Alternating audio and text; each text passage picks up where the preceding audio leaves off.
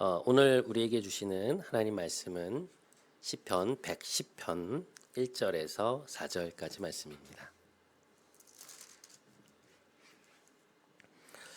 한 절씩 교독하시고 마지막 4절은 한 목소리로 합독하시겠습니다. 여호와께서 내 주에게 말씀하시기를 내가 내 원수들로 내 발판이 되게 하기까지 너는 내 오른쪽에 앉아 있으라 하셨도다.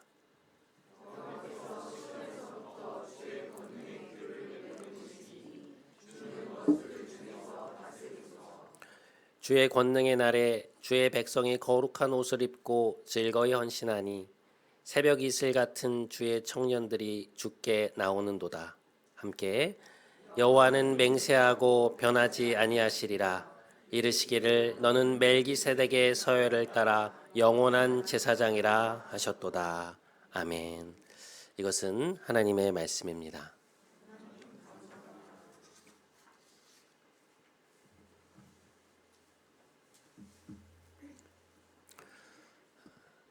시편을 읽어가다 보면 메시아 시편이라고 불리는 시편들을 만나게 됩니다. 이 메시아 시편이라고 하는 것은 예수님에 대한 예언이 담겨 있는 시편을 말하는 것인데요. 예를 들면 이 시편 2편이 대표적인 메시아 시편입니다. 이렇게 되어 있습니다. 어찌하여 이방 나라들이 분노하며 민족들이 헛된 일을 꾸미는가? 세상의 군왕들이 나서며 관원들이 서로 꾀하여 여호와와 그의 기름 부음 받은 자를 대적하며 우리가 그들의 맨 것을 끊고 그의 결박을 벗어버리자 하는도다. 자, 여기 보시면 여호와와 그의 기름 부음 받은 자라는 말이 나오죠. 그러니까 세상의 통치자들이 하나님의 권세에 대항하려고 한다는 것입니다. 그러한 권세자들의 반응에 대해 하나님은 어떻게 하시는가? 시편 2편 5절과 6절 말씀. 그때 여호와께서 분을 바라며 진노하사 그들을 놀라게 하여 이르시기를 내가 나의 왕을 내 거룩한 산 시온에 세웠다 하시리로다. 10절 그런즉 군왕들아 너희는 지혜를 얻으며 세상의 재판관들아 너희는 교훈을 받을지어다. 여호와를 경외함으로 섬기고 떨며 즐거워할지어다. 그의 아들에게 입맞추라. 그렇지 아니하면 너희가 길에서 망하리니 그의 진노가 급하심이라.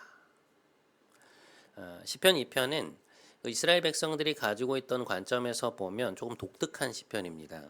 왜냐하면 하나님이 왕이신데 내가 나의 왕을 거룩한 산에 세웠다라고 말씀하시기도 하고 또한 세상의 권세자들에게 여호와 하나님과 그의 아들에게 입맞추어라라고 하면서 하나님과 그 아들을 섬길 것을 말하고 있죠. 다시 말해서 하나님이 왕으로 계시는데 하나님께 기름 부음을 받은 또 다른 왕이 등장을 하고 세상의 통치자들이 무릎을 꿇고 섬겨야 할 하나님의 아들로 불리고 있다는 것입니다. 이 사람이 누구냐는 것이죠. 단순히 이스라엘의 왕이라고 하기에는 그 권세와 권위가 너무 높다는 것입니다. 그런데 우리가 그 인물을 누구로 생각하면 딱 들어맞나요? 예수님으로 놓고 보면 정확하게 들어맞는다는 것이죠. 이렇듯 예수님에 대한 예언이라고 볼 수밖에 없는 그런 시편들이 있는데 그런 메시아 시편 중에 대표적인 것이 바로 오늘 우리가 읽은 시편 110편 말씀입니다. 이 시편 110편은 초대교회 안에서 좀 특별한 의미를 가진 시편이었는데요.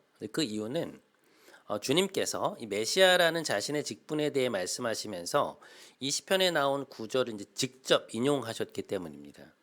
자, 그것이 마태복음 22장 후반부에 나오고 있는데요. 마태복음 22장 41절, 42절 말씀. 바리새인들이 모였을 때 예수께서 그들에게 물으시되 너희는 그리스도에 대하여 어떻게 생각하느냐? 누구의 자손이냐? 이렇게 물으시니까 그들이 뭐라고 대답하냐 하면 다윗의 자손입니다 라고 대답을 합니다.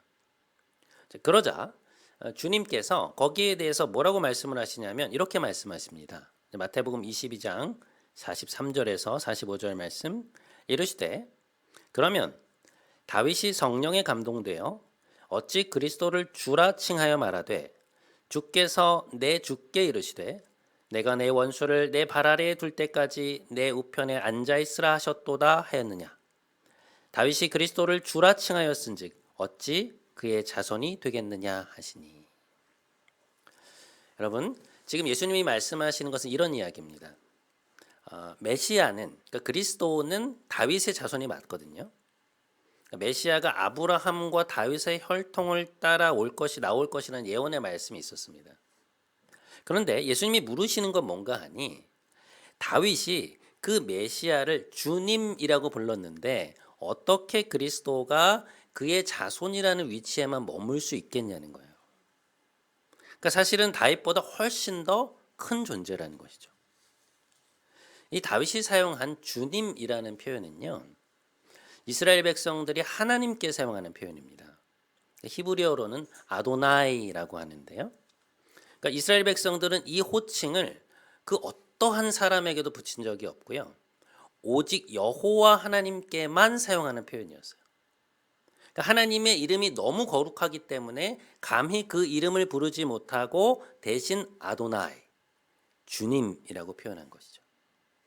그런데 오늘 본문에서 다윗이 뭐라고 말을 하는 것이냐면, 여호와께서 내 주에게 말씀하시기를 내 원수들로 내 발판이 되게 하기까지 너는 내 오른쪽에 앉아 있으라, 그렇게 말씀하셨다는 거예요. 굉장히 특이한 표현이거든요.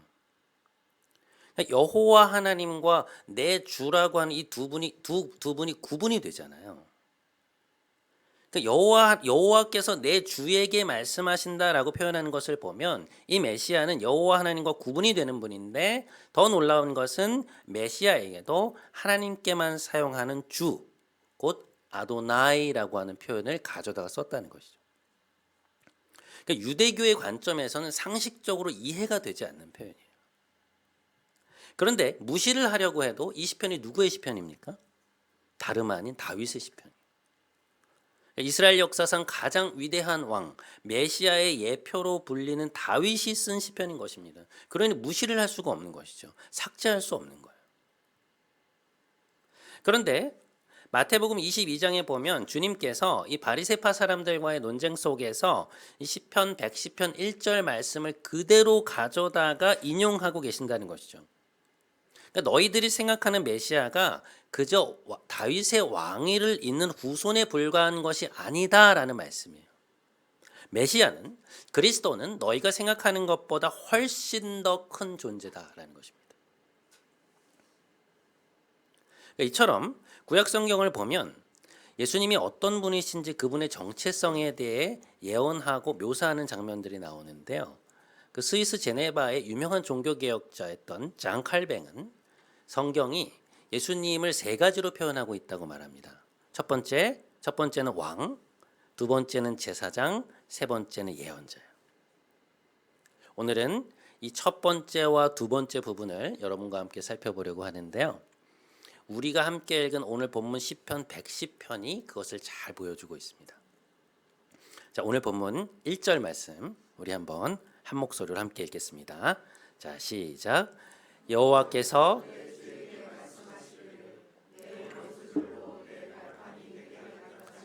너는 내 오른쪽에 앉아 있으라 하셨도다. 자, 여기를 보시면 하나님이 메시아에게 너는 내 오른쪽에 앉아 있으라라고 말씀하시잖아요. 그런데 이 오른쪽 자리는 왕이 가지고 있는 권세를 언제든 위임받아서 나라를 다스릴 수 있는 왕의 아들이 앉는 자리입니다. 그러니까 언제든 왕의 지위와 권세가 부여될 수 있는 사실상 왕과 동등한 위치예요. 그러니까 본질적으로 아버지가 가지고 있는 권위와 권세를 동일하게 가지고 있는 거예요. 예수님이 하나님의 아들이시라는 것, 그리스도가 하나님 우편에 앉아 계시다는 것은 바로 그러한 의미를 갖고 있는 것입니다. 이 내용을 잘 보여주는 것이 신약성경 빌립보서 2장 6절 말씀입니다. 자, 빌립보서 2장 6절 말씀, 이 말씀도 우리 한번 함께 읽어보시겠습니다. 자, 시작.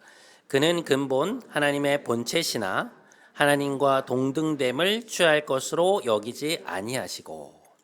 자, 여러분 여기를 보세요.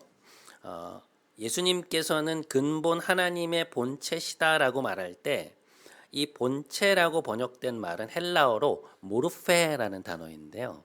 신약 성경에서 아주 중요한 단어입니다. 그러니까 이 단어는 1차적으로는 어떤 형태, 모습, 형상을 뜻하는 단어인데요. 근데 뜻이 거기에 머물지 않고 더 안으로 들어가 보면 어떤 존재와 동일한 본성, 동일한 본질을 가진 존재를 묘사하는 단어예요. 그리스도께서 하나님의 본체, 곧 하나님의 모르페라는 것은 무슨 뜻이냐? 예수님이 성부와 하나님과 동일한 본성, 동일한 본질, 동일한 권세를 지니신 분이라는 것입니다. 신약 성경의 저자들이 그 단어를 써서 예수님의 영광을 그렇게 표현한 거예요. 여러분, 인간은 분명 하나님의 어떤 부분을 공유하고 있죠. 우리는 하나님을 닮아서 의지를 가진 존재로 창조되었어요. 하지만 우리가 하나님의 본성이나 그 능력을 가지고 있는 것은 아니죠. 하나님의 거룩하심, 의로우심, 무소부재하심, 창조주로서의 영광은 우리가 공유하고 있는 본성이 아닙니다. 하지만 예수님은 어떠하시냐? 아버지께서 가지고 계신 그러한 부분들을 동일하게 갖고 계신다는 거예요. 성부 하나님과 동일한 본성과 본질을 지니고 계신다는 것입니다. 그것이 하나님의 모르페라는 말이 함축하고 있는 내용이에요. 다시 말해 예수님은 성부 하나님과 동일한 권세와 동일한 영광을 지니신 세상의 창조주요 왕이시라는 것입니다. 하나님이 갖고 계신 왕의 권세를 함께 가지고 계신다는 것이죠. 신약 성경이 그걸 말하고 있는 거예요. 그래서 빌립보서 2장 6절 이하의 말씀을 보면 이렇게 됩니다. 그는 근본 하나님의 본체시나 하나님과 동등됨을 취할 것으로 여기지 아니하시고 오히려 자기를 비워 종의 형체를 가지사 사람들과 같이 되셨고 사람의 모양으로 나타나사 자기를 낮추시고 죽기까지 복종하셨으니 곧 십자가에 죽으심이라. 이러므로 하나님이 그를 지극히 높여 모든 이름 위에 뛰어난 이름을 주사 하늘에 있는 자들과 땅에 있는 자들과 땅 아래에 있는 자들로 모든 무릎을 예수의 이름에 꿇게 하시고 모든 입으로 예수 그리스도를 주라 시인하여 하나님 아버지께 영광을 돌리게 하셨느니라. 빌립보서 2장 6절에서 11절까지의 이 초대교회의 신앙 고백이 말씀하고 있는 바는 무엇인가? 예수님은 성부 하나님과 동등한 창조주의 지위를 가지신 분임에도 불구하고 그 권세와 지위를 내려놓고 이 땅에 내려오셨다는 것입니다. 하늘에서 누리고 계신 그 영광스러운 보좌를 떠나 이 땅에 우리의 몸을 입고 인간의 몸을 입고 육체로 내려오셨다는 거예요. 성육신하셨다는 것입니다. 그래서 요한복음 1장 14절은 그것을 이렇게 표현하죠.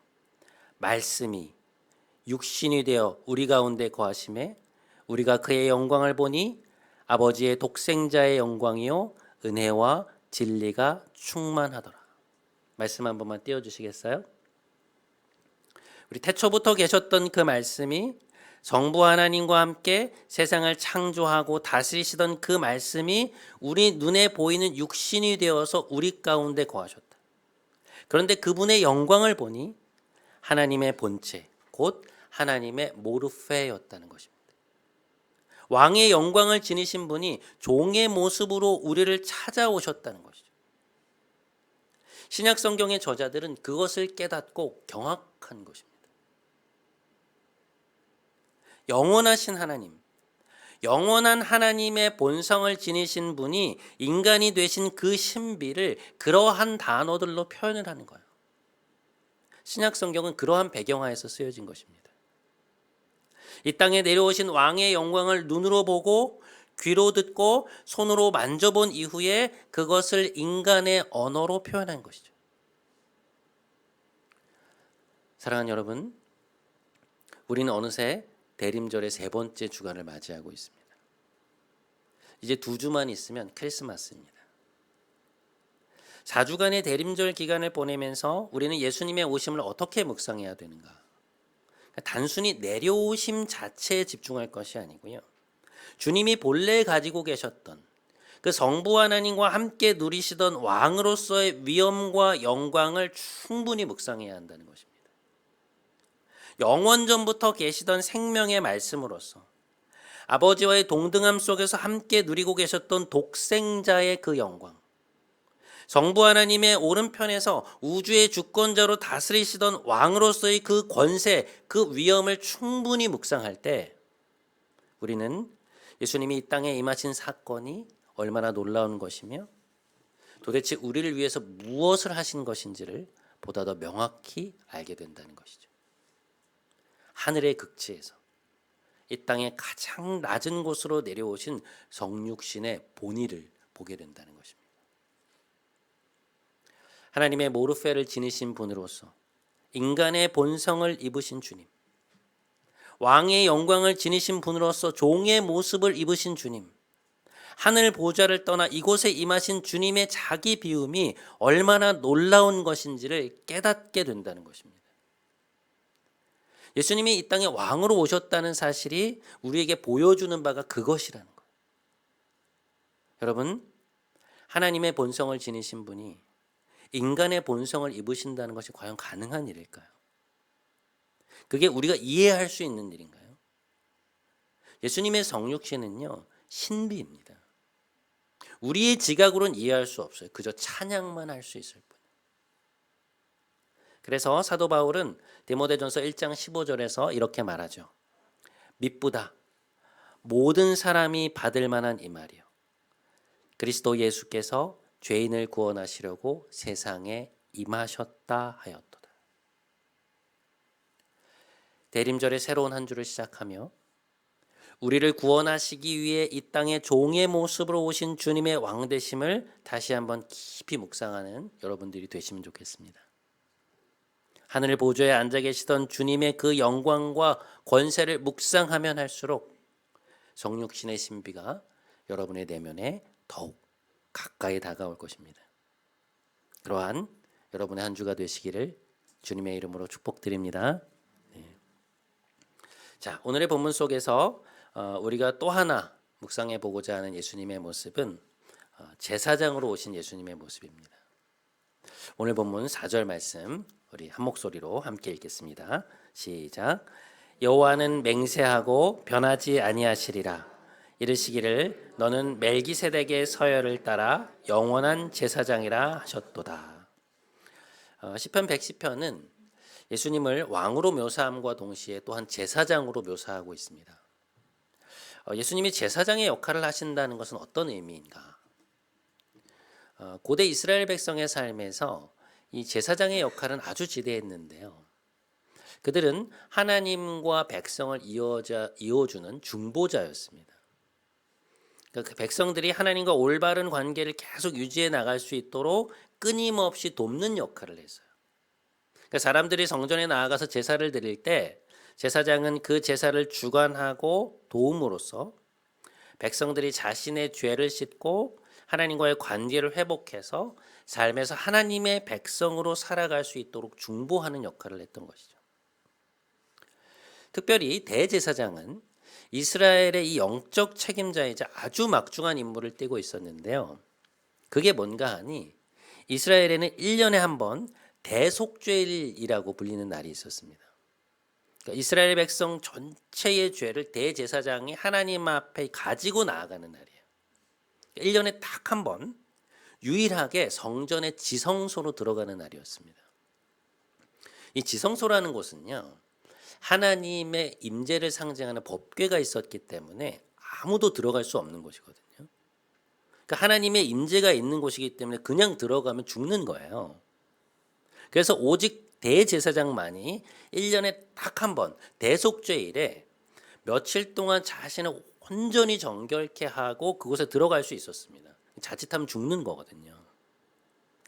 대속죄일에 모든 백성이 보는 앞에서 대제사장은 지성소에 들어가서 온 백성의 죄를 대신해서 죽은 짐승의 피를 드리고 죄 용서를 구하는 기도를 드렸습니다. 목숨을 걸고 지성소 안으로 들어가서 백성을 중보하는 역할을 했던 거예요. 그런데 오늘 본문을 보면 주님께서 그러한 제사장으로서 대제사장으로 세상에 오셨다는 것입니다. 이 예수님의 제사장으로서의 역할을 많이 묵상한 곳이 바로 신약 성경의 히브리서입니다. 히브리서 9장 12절 말씀. 염소와 송아지의 피로 하지 아니하고 오직 자기의 피로 영원한 속죄를 이루사 단번에 성소에 들어가셨느니라.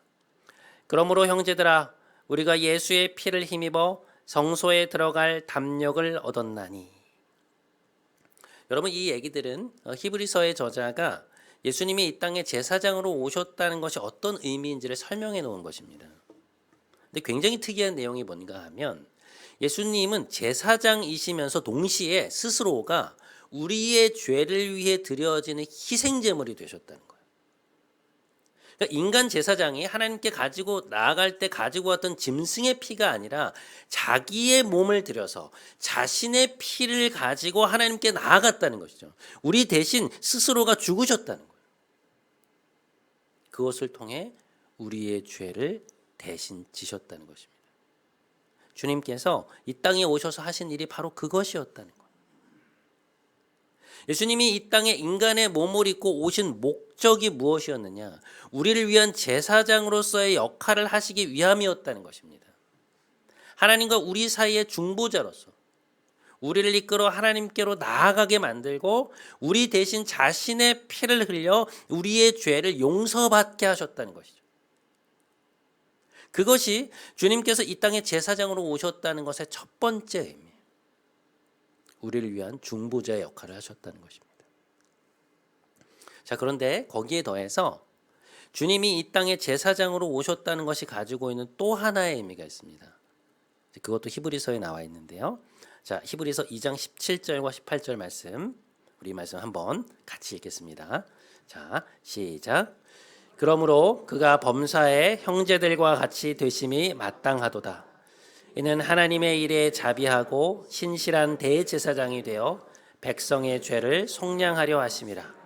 그가 시험을 받아 고난을 당하셨은즉 시험 받는 자들을 능히 도우실 수 있느니라. 자, 히브리서의 저자가 주목하는 예수님이 제사장이시라는 또 하나의 의미는 뭔가 하면 우리의 연약함을 이해하시는 중보자라는 거예요. 지금 이 말씀도 보시면 그가 범사의 형제들과 같이 되셨다라고 말하고 있고, 또 예수님이 시험을 받아서 고난을 당하셨은즉 시험 받는 자들을 능히 도우실 수 있다, 이제 이런 말씀들이 나오잖아요. 그러니까 주님은 우리를 중보하는 제사장으로 오신 것인데 우리에게 정말로 큰 위로가 되는 것이 뭔가 하니, 예수님은 이 땅에 오셔서 우리와 더불어 인간의 삶을 사셨기 때문에 우리의 상황을 명확히 이해하신다는 것입니다. 우리가 인간으로서 살아가면서 느끼고 겪게 되는 연약함, 고통, 어려움에 대한 분명한 이해를 갖고 계신다는 거예요. 여러분, 예수님이 자신의 공적 사역을 30세에 시작하시잖아요. 그리고는 3년 동안 사역을 하시거든요. 오늘날 우리 사회에서 30세는 젊은 나이에 속하지만 예수님 당시 고대 사회에서는 10대에 결혼을 했기 때문에 30세라는 나이는 아주 장성한 나이였습니다. 평균 수명이 짧은 사회였잖아요. 30년이라는 세월 동안 예수님은 요셉과 마리아의 아들로, 또한 나사렛이라는 동네에서 마을 공동체의 구성원으로 사셨거든요. 이스라엘이 로마의 식민지로서 겪었던 나라의 순환을 고스란히 겪으셨어요. 거기에 더해서 공생의 기간 동안 얼마나 많은 고난이 주님께 있었습니까? 사람들로부터의 비난, 공격, 위협, 미움, 질시, 십자가를 지실 때도 얼마나 큰 육체적인 고통과 정신적인 부담을 겪으셨나요? 30년이 넘는 세월을 이 땅에서 그렇게 사셨다는 것은 인간으로서 겪을 수 있는 수많은 일들을 겪으셨다는 것이죠.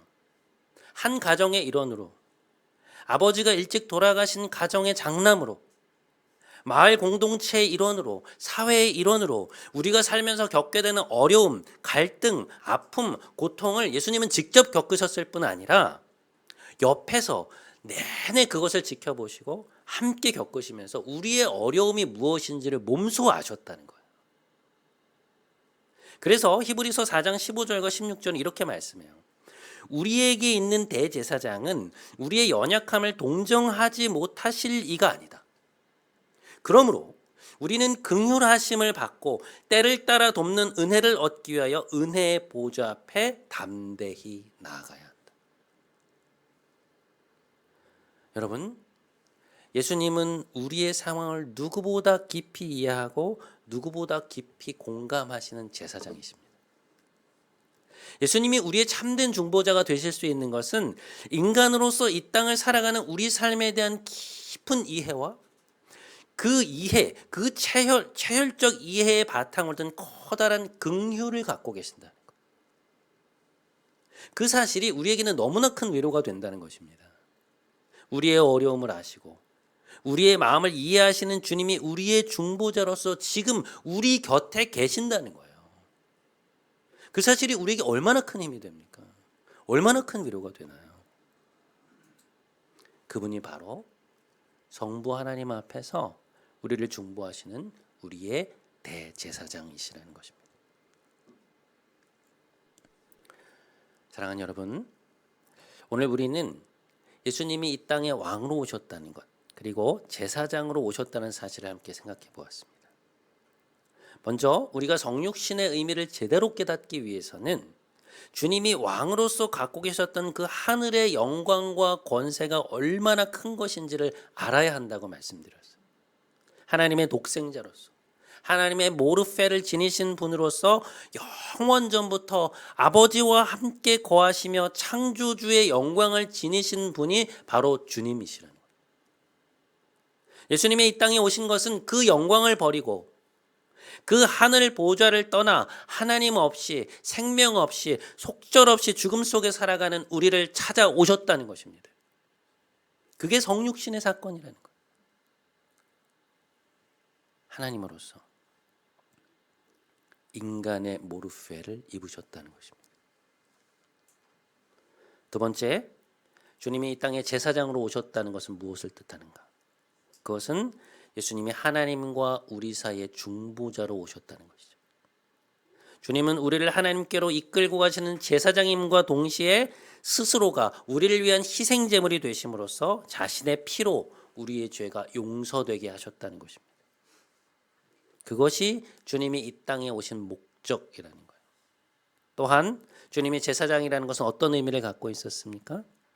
인간으로서 우리의 연약함과 어려움을 깊이 체휼하신다는 것입니다. 30년이 넘는 세월을 한 가정의 일원으로, 공동체의 일원으로, 사회의 일원으로서 이 땅에 뿌리를 내리고 사셨기에 우리가 살아가면서 겪게 되는 아픔과 갈등과 고통을 이해하고 계신다는 것이죠. 주님께서 지금 우리의 상황을 진심으로 이해하고 공감하신다는 것이 우리에게 얼마나 큰 위로와 또 힘이 되는 사실인가요? 사랑하는 여러분, 이번 한 주 우리에게 주신 이 말씀들을 다시 한번 굳게 붙들고 살아가기 원합니다. 이 땅에 왕으로 오신 주님, 하늘의 제사장으로 우리에게 오신 예수님, 주님을 찬양합니다. 주님을 경배합니다. 주님을 신뢰합니다.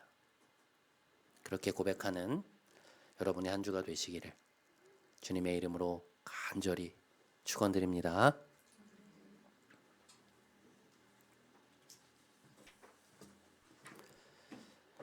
우리 오늘 이 찬양 함께 했으면 좋겠는데요. 하나님의 사랑, 주님의 눈물이라는 찬양입니다. 하나님의 사랑, 주님의 눈물, 온 세상 임하여 잃어버린 영혼 찾아오신 주님, 지금도 우리를 사랑해. 2000년 전 하늘 보좌 버리고 이 땅에 오신 주, 하나님 어린 양 되사 생명 주며 이를 증거하라 하시네. 우리 하늘 보좌를 버리시고 이 땅에 오신 주님의 눈물, 하나님의 사랑을 생각하면서 주님 그 성육신의 사랑이 우리 마음에, 그 신비가 우리 마음에 가득 임하게 하여 주옵소서. 우리 그 마음으로 함께 찬양하며 나아가도록 하겠습니다.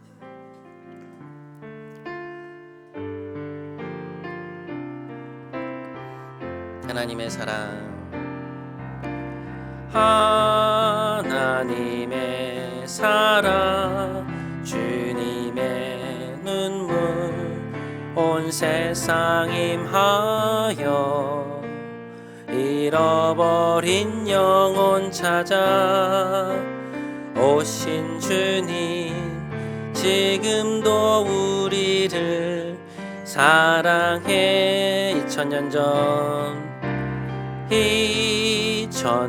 전 하늘 보좌 버리고 이 땅에 오신 주, 하나님 어린 양 되사 생명 주며 이를 증거하라 하시되, 나는 믿네 거저 받은 귀한 사랑 그 누가 대신하리요. 나의 생명 다할 때까지 그 사랑을 나는 믿네, 나는 믿네 거저 받은 귀한 사랑 그 누가 대신하리요. 나의 생명 다할 때까지 그 사랑을 전하리라.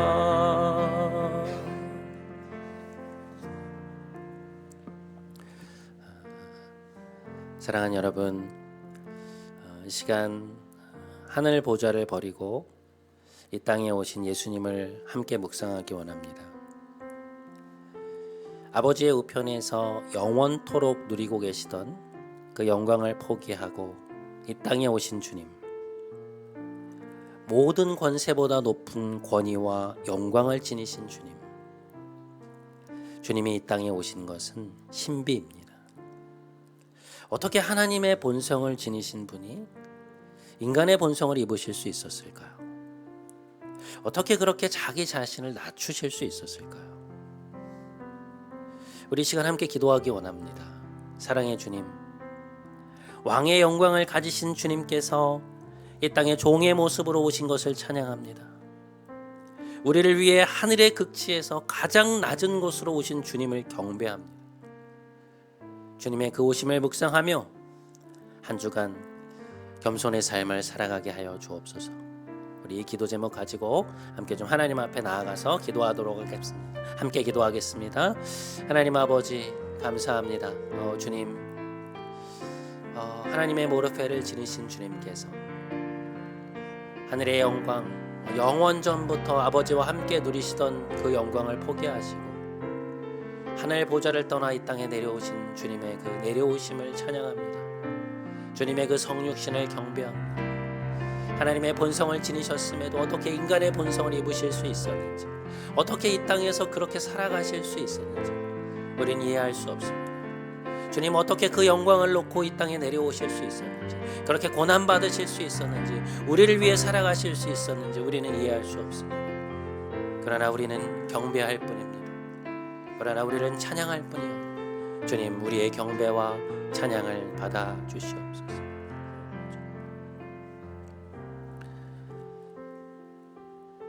여러분, 예수님이 이 땅에 제사장으로 오셨다는 것은 우리의 중보자로 오셨다는 것입니다.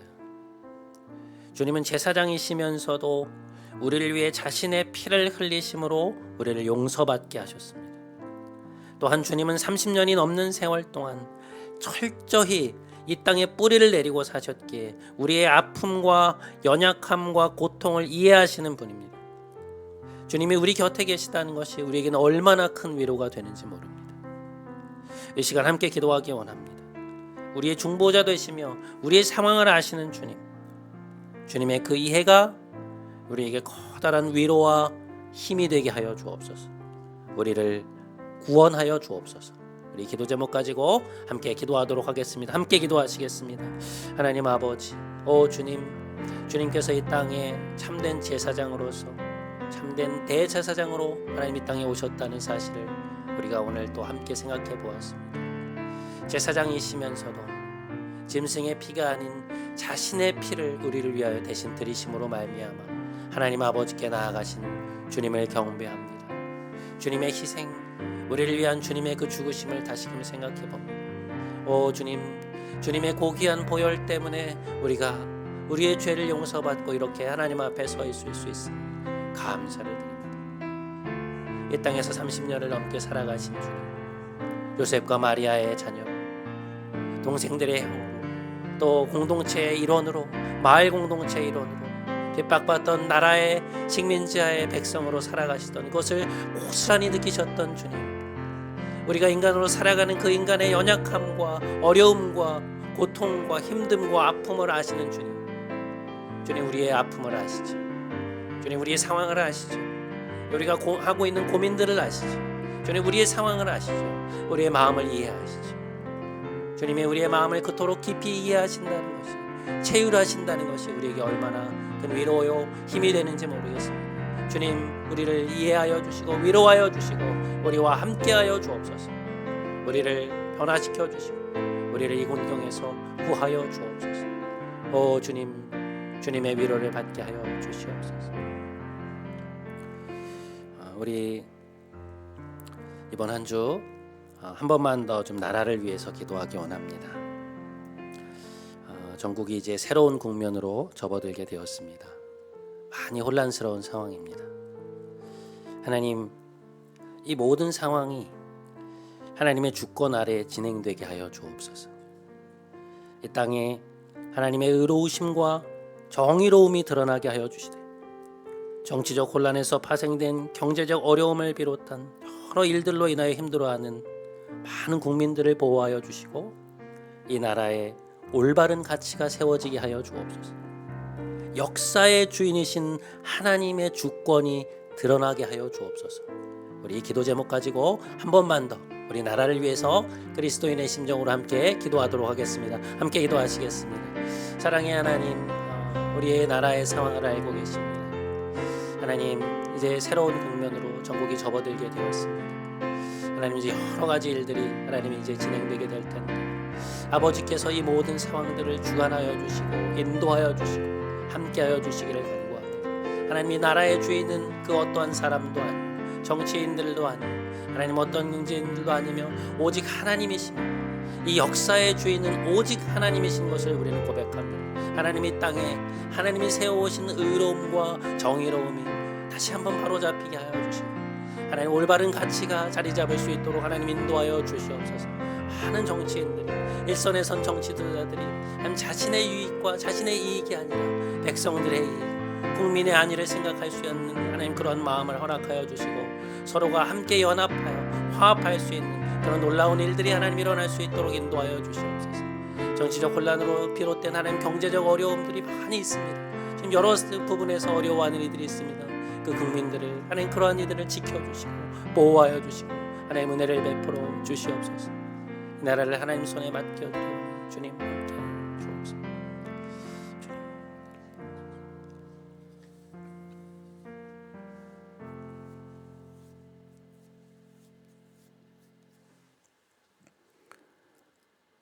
왕 되신 주님, 주님의 위엄과 영광을 찬양합니다. 하나님의 모르페를 지니셨으면서도 인간의 본성을 입으신 주님, 왕의 영광을 지니셨으나 가장 낮은 곳으로 내려오신 주님, 주님의 오심을 경배합니다. 주님, 지금 우리의 상황을 아시지요. 우리가 가정에서 겪고 있는 일들, 직장에서 겪고 있는 일들, 사회에서 겪고 있는 일들을 주님은 아시고 이해하고 계심을 고백합니다. 우리를 긍휼히 여기사 위로하시고 개입하시고 구원하여 주옵소서. 주님의 아심이, 주님의 이해하심이 우리에게 커다란 위로가 되게 하여 주옵소서. 우리의 참된 왕이 되시며 제사장이 되시는 우리 주 예수 그리스도의 이름으로 기도드립니다. 아멘. 우리 다 함께 일어나셔서 마지막 파송의 찬양하심으로 오늘 예배 마치도록 하겠습니다.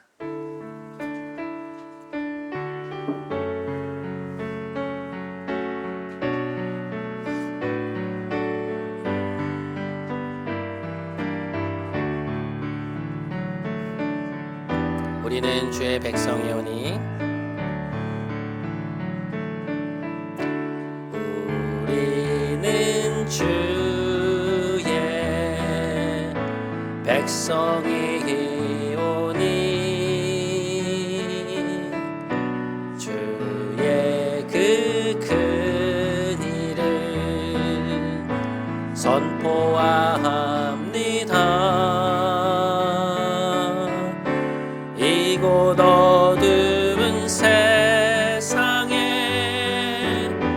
빛으로 부르셨네. 주의 얼굴 구할 때 역사하소서. 교회를 세우시고 교회를 세우시고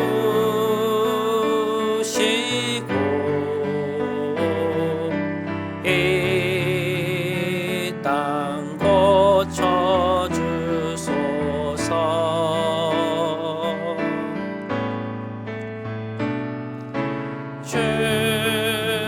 주님 나라 임하시고 주 뜻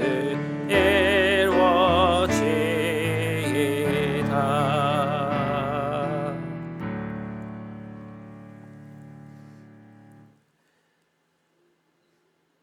이제는 우리 구주 예수 그리스도의 크신 은혜와 하나님 아버지의 놀라우신 사랑과 보혜사 성령님의 감동, 감화, 교통하심이 왕으로 또한 제사장으로 이 땅에 오신 주님을 묵상하며 대림절의 또 한 주를 주님과 함께 힘차게 시작하기 원하는 사랑하는 모든 성도들의 머리 위에, 애들의 가정, 일터, 사랑하는 가족들 위에, 이제 부부로서 새로운 출발을 하는 새 가정 위에, 오랜 세월을 함께했던 가족을 떠나보내고 아파하는 지체 위에, 하나님이 주인 되신 이 나라 위에 이제부터 영원토록 함께 하시기를 간절히 축원하옵나이다. 아멘.